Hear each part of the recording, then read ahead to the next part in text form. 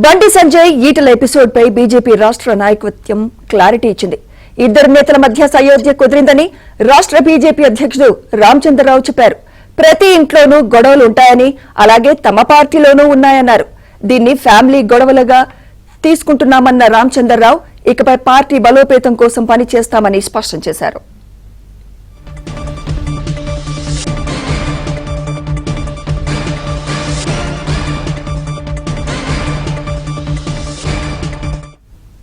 ఇదే అంశంపై మరింత సమాచారం మా ప్రతినిధి రాజేష్ ఇస్తారు. Rajesh, good evening Sumitra. మొత్తానికి తెలంగాణ కమలం పార్టీలో ఇద్దరు బీసీ నేతల మధ్య జరిగినటువంటి వివాదం ఇప్పటికే జాతీయ నాయకత్వం దృష్టికి వెళ్ళింది. పర్టికులర్గా బండి సంజయ్, ఈటల రాజేందర్ మధ్య వివాదం వాస్తవానికి ఉమ్మడి కరీంనగర్ జిల్లా నుంచి మొదలైంది. హుజురాబాద్ నియోజకవర్గంలో దాదాపు 7 సార్లు ఎమ్మెల్యేగా గెలిచినటువంటి ఈటల రాజేందర్ గతంలో కేసీఆర్ ముఖ్యమంత్రిగా ఉన్నటువంటి సమయంలో బీఆర్ఎస్ పార్టీ నుంచి కేసీఆర్ నియంతృత్వ పోకడలను వ్యతిరేకించి బీఆర్ఎస్ పార్టీ నుంచి భారతీయ జనతా పార్టీలో చేరినటువంటి ఈటల రాజేందర్ అక్కడి నుంచి ఎమ్మెల్యేగా గెలుపొందారు. ఆ తర్వాత జరిగినటువంటి ఎన్నికల్లో ఆయన అక్కడ ఎమ్మెల్యేగా ఓడిపోవడంతో మల్కాజ్గిరి స్థానానికి ఎంపీగా వచ్చి భారీ మెజారిటీతో అక్కడ గెలిచారు. అయితే హుజురాబాద్ పాత నియోజకవర్గంలో బండి సంజయ్ కేంద్ర హోంశాఖ సహాయ మంత్రిగా అయిన తర్వాత ఈటల రాజేందర్కు సంబంధించినటువంటి క్యాడర్ని డిస్టర్బ్ చేస్తున్నారు. హుజురాబాద్లో తన పట్టు కోల్పోయేందుకు పట్టుని పూర్తి స్థాయిలో అంటే తన క్యాడర్కు సంబంధించినటువంటి వ్యక్తులను కానీ అక్కడ స్థానికంగా ఉన్నటువంటి వార్డు మెంబర్లను కానీ గతంలో ఎంపీటీసీలుగా, జెడ్పీటీసీలుగా,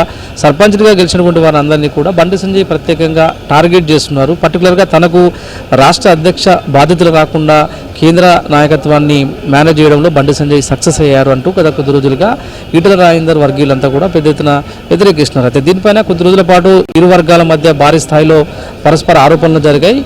గడిచిన వారం కిందట ఈటల రాజేందర్ ఆయన షాంపేటలో ఆయన నివాసంలో దాదాపు 1000 మందికి పైగా కార్యకర్తలతో హుజురాబాద్ నుంచి వచ్చినటువంటి కార్యకర్తలతో అక్కడ ప్రత్యేకంగా సమావేశం ఏర్పాటు చేశారు. ఆ సమావేశం అంతటినీ కూడా లైవ్ టెలికాస్ట్ ద్వారా బాహాటంగా అందరికీ తెలిసేలాగా అక్కడ వారి అభిప్రాయాలను తెలియజేసే ప్రయత్నం చేశారు. పర్టికులర్గా హుజురాబాద్లో తమని ఈటల రాజేందర్ వర్గీయులుగా ముద్ర వేసి భారతీయ జనతా పార్టీ నాయకులుగా చెప్పుకోవడానికి కూడా తమకు అవకాశం కలిగించట్లేదు. మీరు మల్కాజ్గిరి పార్లమెంటు సెగ్మెంట్ని వదిలి తిరిగి మళ్ళీ హుజురాబాద్కు రాకపోతే తమ రాజకీయ భవిష్యత్తుపై ఇంకో నిర్ణయం తీసుకోవాల్సి వస్తుందంటూ ఆయన సన్నిహితులు, ఆయన కార్యకర్తలు, అక్కడి నుంచి వచ్చినటువంటి పార్టీ శ్రేణులందరూ కూడా ఈటల రాజేందర్ని కలిసి చెప్పడంతో వారి అభిప్రాయాలు తీసుకున్న తర్వాత ఈటల రాజేందర్ మాట్లాడే ప్రయత్నం చేశారు. ఆ సందర్భంగా బండి సంజయ్ని ఉద్దేశించి పరోక్షంగా తీవ్ర స్థాయిలో ఆయన విమర్శలు చేశారు. ఆ విమర్శల్లో పార్టీ డ్యామేజ్తో పాటుగా వ్యక్తిగతంగా ఇద్దరు బలమైనటువంటి బీసీ లీడర్ల మధ్య వైరం పార్టీ ప్రతిష్టను దెబ్బతీసే విధంగా మారింది. దానిపైన భవిష్యత్తులో అంటే లోకల్ బాడీ ఎన్నికలు కనుక వస్తే ఈ ఇద్దరు బీసీ లీడర్ల మధ్య వైరం ఏదైతే ఉంటుందో అది లోకల్ బాడీ ఎన్నికలపైన పడేటువంటి అవకాశం ఉంటుంది. కాబట్టి దానిని వెంటనే సయోధ్య కూర్చి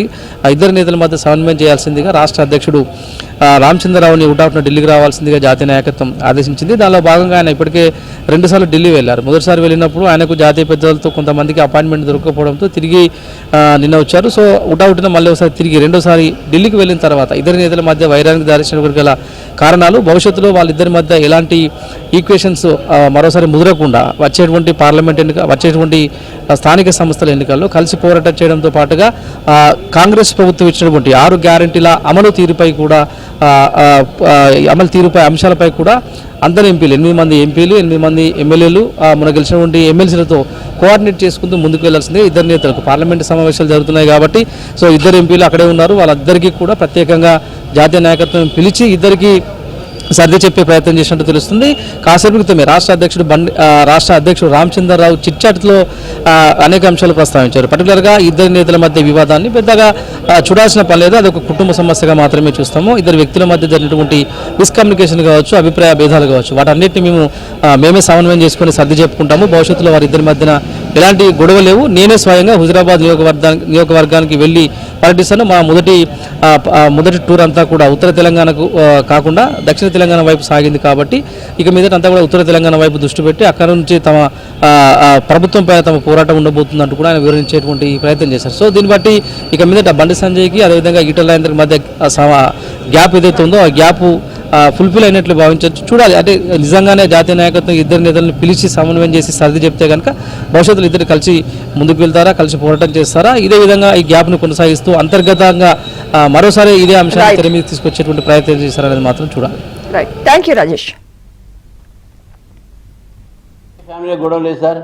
రాజగోపాల్ రెడ్డి గారికి రేవంత్ రెడ్డి గారి మధ్య లేదా, కవిత గారి కేటీఆర్ మధ్య లేదా, వీళ్ళు our own problem family will solve it. No one is our party.